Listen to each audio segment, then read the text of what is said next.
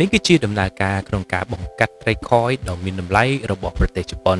ត្រីខយមួយក្បាលនេះគឺមានតម្លៃថ្លៃខ្លាំងមែនទែនបងប្អូនអរគ្នាយើងស្ទើរតែអាចទិញឡាន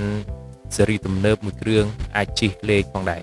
ត្រីខយគឺជានិមិត្តរូបនៃភាពស្ដុកស្ដំនៃភាពមានបានរបស់អ្នកមាន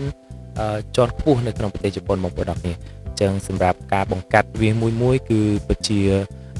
ទាមទារយកជំនាញនិងការយកចិត្តទុកដាក់ខ្លាំងមែនទែនជាពិសេសដំណើរការក្នុងការបង្កាត់និងចិញ្ចឹមនឹងពិតជាប្រើពេលយូរខ្លាំងមែនទែនតម្រាំបានមួយក្បាលហើយគុណភាពគឺមានតែល្អបំផុតទើបអាចយកទៅលក់នៅលើទីផ្សារបានហើយមួយក្បាលតម្លៃមិនក្រោម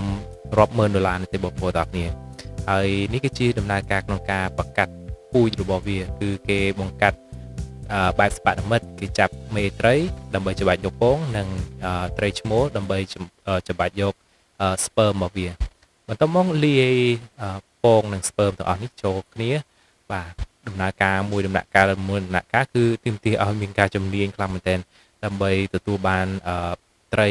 កូនត្រីល្អមានសុខភាពល្អអញ្ចឹងណាបងប្អូនអរគ្នាសម្រាប់បងប្អូនអ្នកស្រឡាញ់ត្រីបងប្អូនដឹងហើយបាទគឺត្រីខយនេះគឺជាលំដាប់ត្រីមួយប្រភេទដែលមនុស្សគ្រប់គ្នាចង់បានណាបងប្អូន